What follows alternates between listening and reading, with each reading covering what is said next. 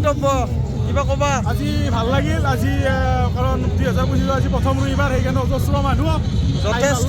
যথেষ্ট মানুহ আৰু ভাল লাগছি পুৰা এনজয়। কিবা ক'ব ডাক্তৰ? ন' কমেণ্টছ। এয়া ৰেডি হৈ আছে, এই বনাই আছে। এয়া আমাৰ ৰান্ধনি ভিনদেউ শংকৰদা জুয়ে উঠাব পৰা নাই। কি ক'ব, মানুহ যথেষ্ট মানুহ অজস্ৰ ভিৰে। আমাৰ পাইলট এয়া আমাৰ অৰূপকা কিবা ক'ব? কি ক'ব? খানা হ'ব খানা। কোন জেগা? ভৈৰৱকুণ্ড। কেনে জাগা? কেনে জাগা? ধুনীয়া জাগা।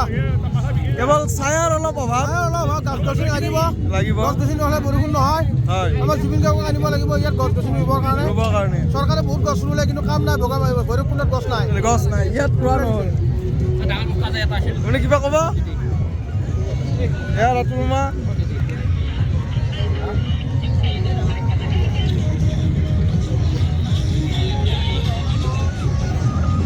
যথেষ্ট মানুহ যথেষ্ট। দীপ কিবা ক'ব? জাগাটো এনেই পৰিৱেশটো বেয়া নহয়, কিন্তু বহুত ৰ'দ বহুত অশান্তি লাগছে। ছায়াৰ অভাৱ। শুনো কিবা ক'ব?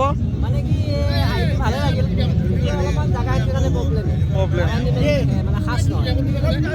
ৰ'দটো অলপ বেছি, বাকী চব ধুনীয়া। ঠিক আছে।